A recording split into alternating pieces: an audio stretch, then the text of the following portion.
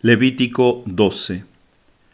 Habló Yahvé a Moisés y dijo: Habla a los hijos de Israel y diles: Cuando una mujer dé a luz y tenga un hijo varón, quedará impura 7 días. Quedará impura conforme a los días de la impureza de su menstruación. Al 8º día será circuncidado el niño en la carne de su prepucio. Ella, empero, permanecerá todavía 33 días en la sangre de su purificación. No tocará ninguna cosa santa, ni irá al santuario, hasta cumplirse los días de su purificación. Mas si da a luz una hija, quedará inmunda 2 semanas, como en su menstruación, y permanecerá 66 días más en la sangre de su purificación.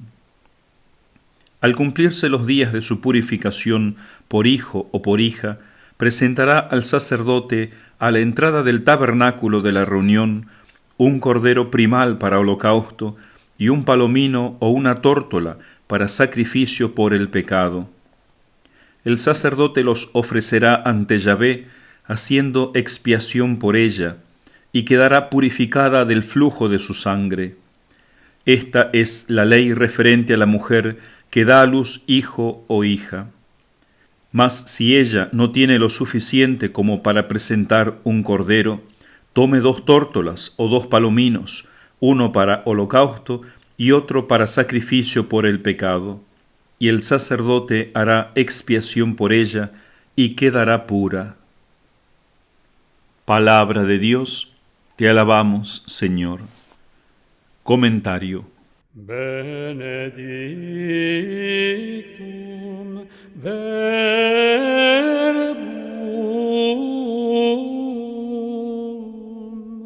quod incarnatum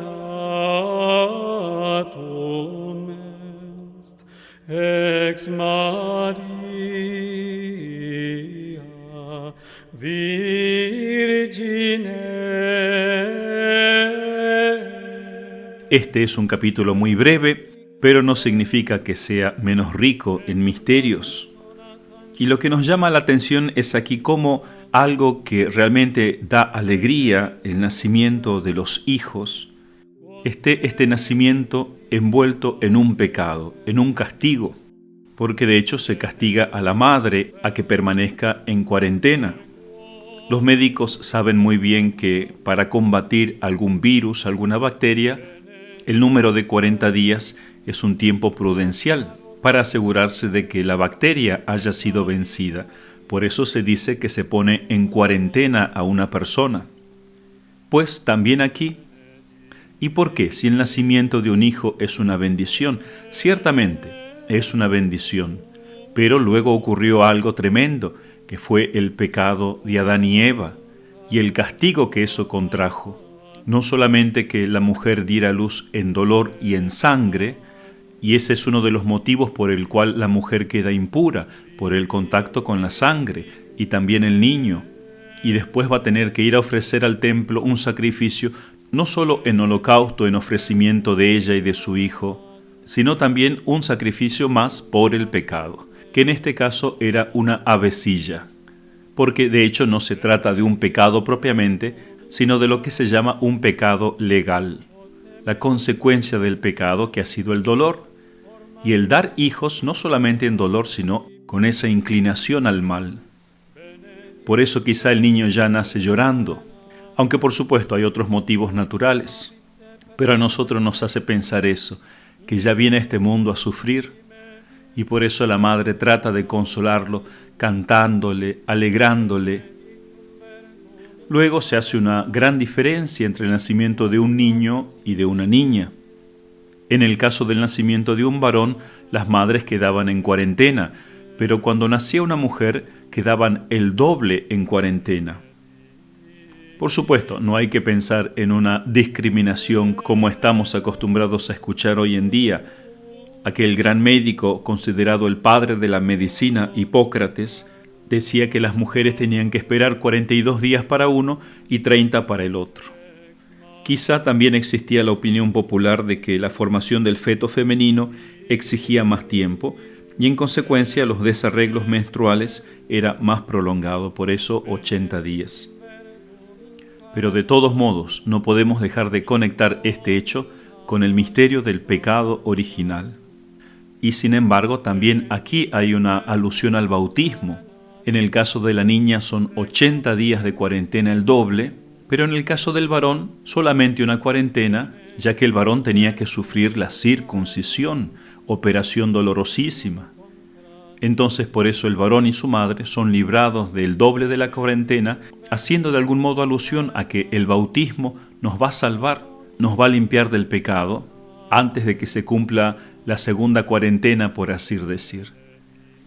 Incluso la Santísima Virgen, como sabemos, después de estos 40 días se presentó en el templo. Ella, aunque no tenía necesidad de purificarse, porque ella misma había nacido sin pecado, estaba llena de gracia, como el ángel Gabriel le saludó. Salve, quejaritomene, llena de gracia, de todas las gracias. Y además que en el nacimiento de Cristo no había habido sangre, no hubo dolor en el parto de la Virgen, sino que el niño Jesús, como es la luz del mundo, traspasó el seno de la Virgen sin hacerle ningún daño, sin darle ningún dolor. También la Virgen fue al templo para embarcarse en esta batalla contra el pecado y así luchar como nuestra Madre, consolándonos de tantas lágrimas que vamos a derramar. Y un gran consuelo nos llega a nosotros, continuando ahora con la meditación de la Santa Misa.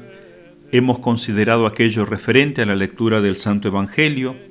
Ahora continúa la homilía o sermón, donde el sacerdote nos va a hacer más claro la palabra de Dios, va a desglosar los misterios para nosotros, trayéndonos así un gran consuelo. Es importante saber que la homilía antiguamente estaba reservada solo al obispo. Solo él hablaba a la comunidad. Como al principio los apóstoles eran los que predicaban, los grandes predicadores. Y este es uno de los principales deberes de los obispos, el predicar, el alertar al pueblo como una atalaya de los grandes peligros o de las cosas que tienen que hacer para convertirse. Por eso la iglesia del obispo se llama catedral porque hace referencia a la cátedra desde donde predica el obispo. Por supuesto, para enseñar catequesis todos podían hacerlo, aunque no fuesen sacerdotes. En Oriente al principio se permitió que algún presbítero, algún sacerdote pudiese predicar, pero una vez que surgió la gran herejía llamada arrianismo, que fue comenzada por un sacerdote arrio, se prohibió primero en Alejandría, en Egipto, y después en todo el norte de África a los sacerdotes predicar, para evitar esto. Y esta prohibición se mantuvo hasta la época de San Agustín, hasta el 300. Algo parecido debió ocurrir durante bastante tiempo también en Roma y en Italia. Sin embargo, fuera de las provincias del norte de África y el centro de Italia, donde cada ciudad tenía su obispo, en otros lugares era muy difícil esto, había muchos cristianos, no había tantos obispos para predicar. Entonces se amplió el permiso también a los sacerdotes, que también participan del poder de los apóstoles y por lo tanto del munus docendi. Y cuando los sacerdotes estaban impedidos por alguna enfermedad, por ejemplo, los diáconos en su lugar podían predicar, pero solamente leyendo las homilías de los santos padres. Bueno, esto era el principio del cristianismo. La homilía no es una simple plática, como actualmente se ha comenzado a hacer, a ver qué opina usted, pase usted, hermana, a predicar, sino que la predicación es parte de un misterio muy grande, el misterio que comienza cuando Cristo comunica la verdad a sus apóstoles y los envía a todo el mundo. Id y predicad. Predicación que no se hace sino bajo la asistencia del Espíritu Santo. No es unir y contar lo que a mí me parece, lo que yo entendí, sino que la predicación requiere la asistencia inenarrable del Espíritu Santo. Tampoco significa eso que no voy a preparar nada y me voy a poner en el púlpito a ver lo que me salga, lo que el Espíritu Santo me inspire en ese momento. No tentarás al Señor tu Dios, dice Cristo.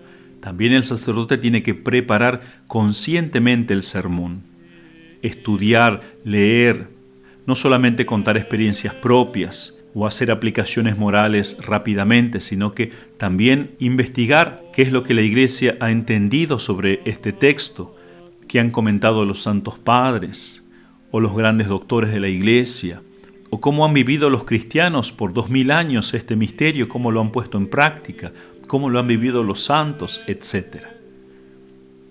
Sabiendo el predicador que lo que él está haciendo es sembrar la semilla de Dios para que luego dé fruto el 30, el 60 o el 100%. Pero este sembrar es parte de una misión, de un misterio. ¿Y qué es lo que hay que predicar? En general lo que hay que predicar es el misterio de Cristo, como lo dice la Constitución de la Liturgia del Vaticano II. La predicación es una proclamación de las maravillas obradas por Dios en la historia de salvación o misterio de Cristo. Eso en general. Ahora, más en particular, el misterio de Cristo contiene diversos aspectos que tienen que ser predicados. Y hay que mostrar sobre todo que este misterio de Cristo no es algo del pasado, sino que su poder llega hasta el hoy y seguirá llegando a los años venideros.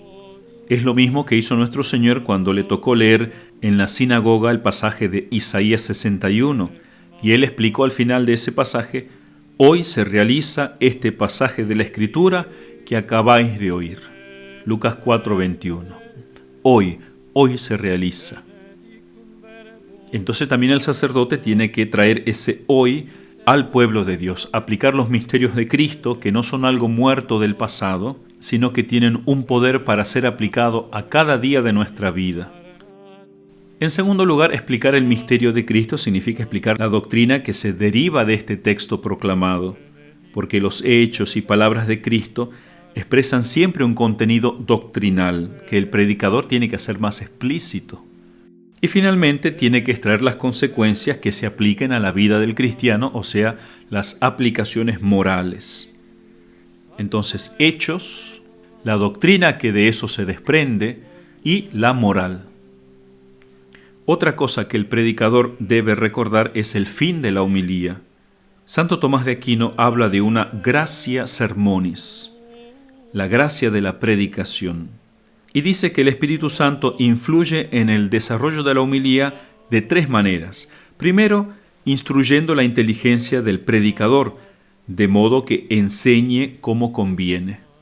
Entonces, la mente del predicador está iluminada en ese momento por el Espíritu Santo. Claro, siempre y cuando el predicador no ponga obstáculo, sino que lo haga en un clima de oración, de apertura al Espíritu Santo, sin ser cegado por su soberbia o por su negligencia o su pereza. De modo que cuando uno ve a un sacerdote acercarse al ambón, tiene que rezar que el Espíritu Santo realmente lo esté asistiendo, y no otro espíritu.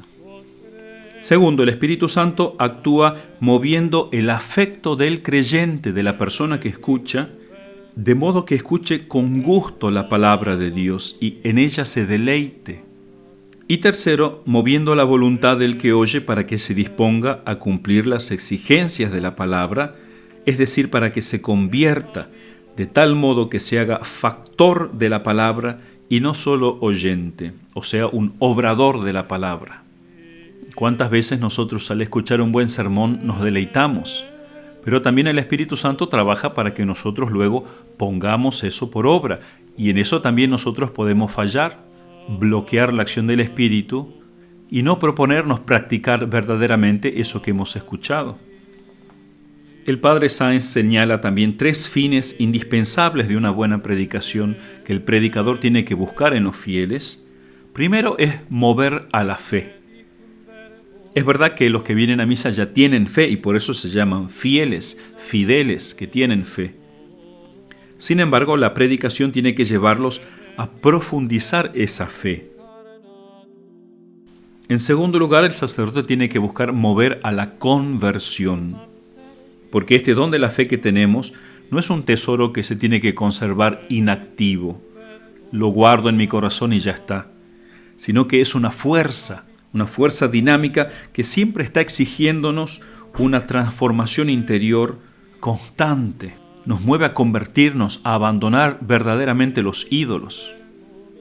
Y finalmente la predicación debe buscar introducir en la comunión, o sea, despertar en las personas un deseo de más comunión con Cristo, no solamente limitarse a imitar a Cristo, sino a vivir cada vez más en Cristo, a llevar una comunión con Cristo de afectos, de criterios, de doctrina, de amor, que va a culminar admirablemente en el momento en que el fiel reciba el cuerpo y la sangre de Cristo en la comunión.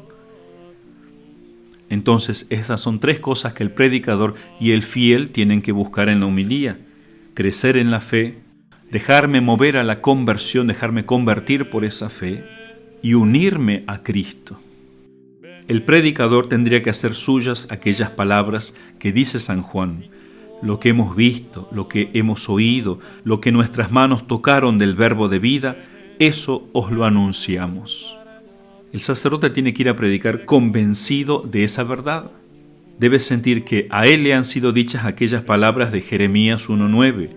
He aquí que yo pongo en tu boca mis palabras.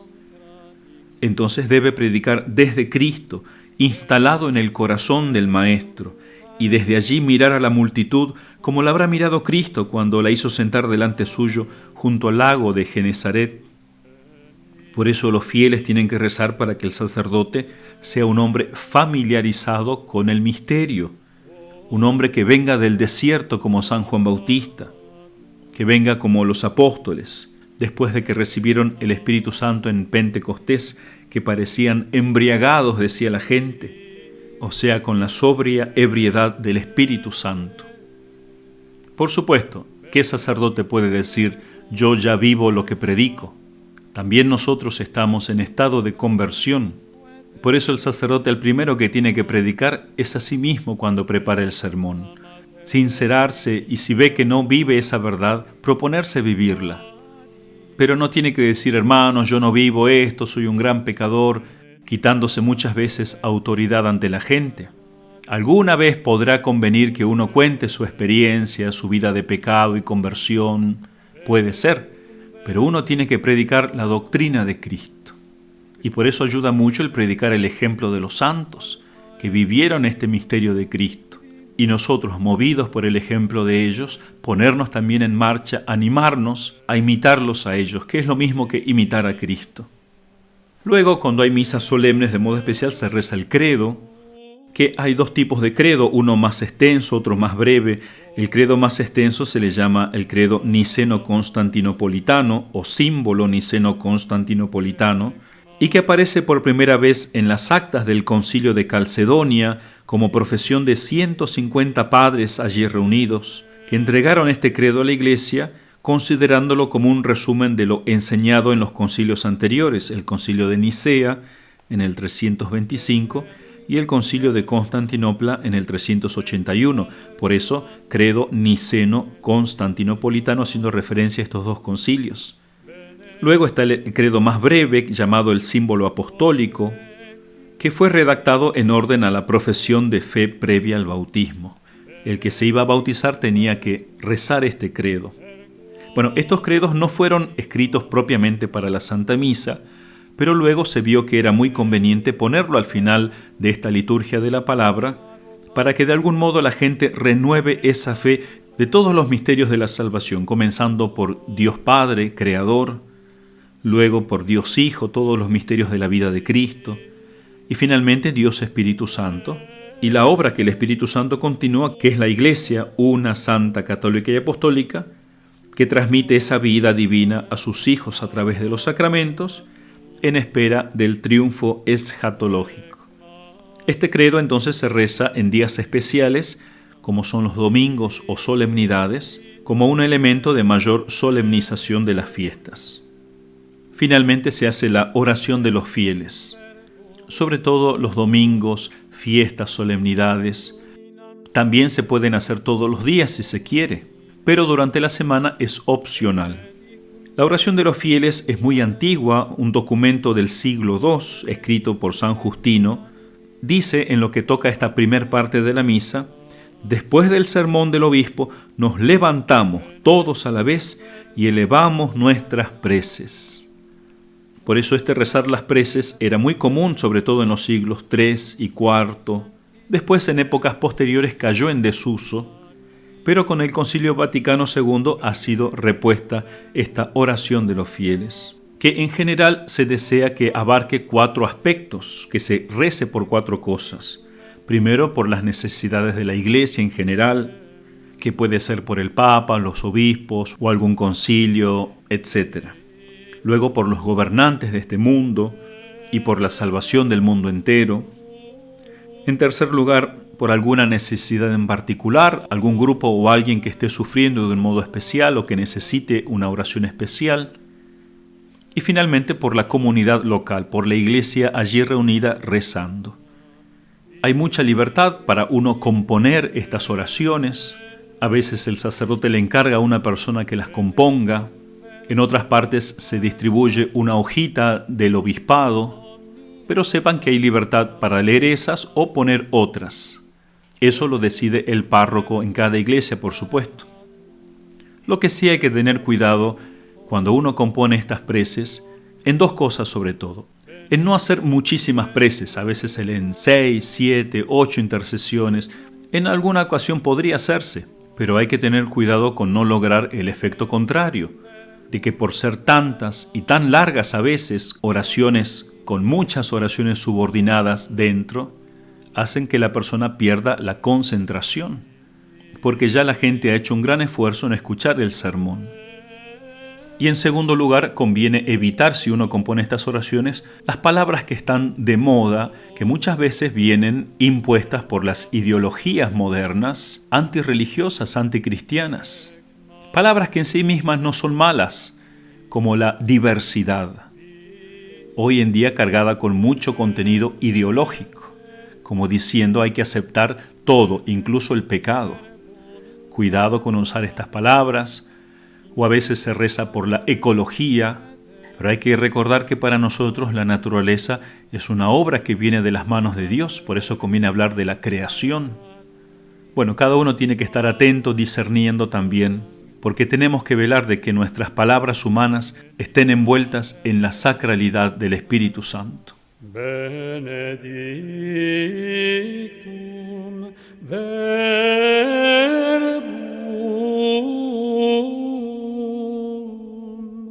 quod incarnatum est ex Maria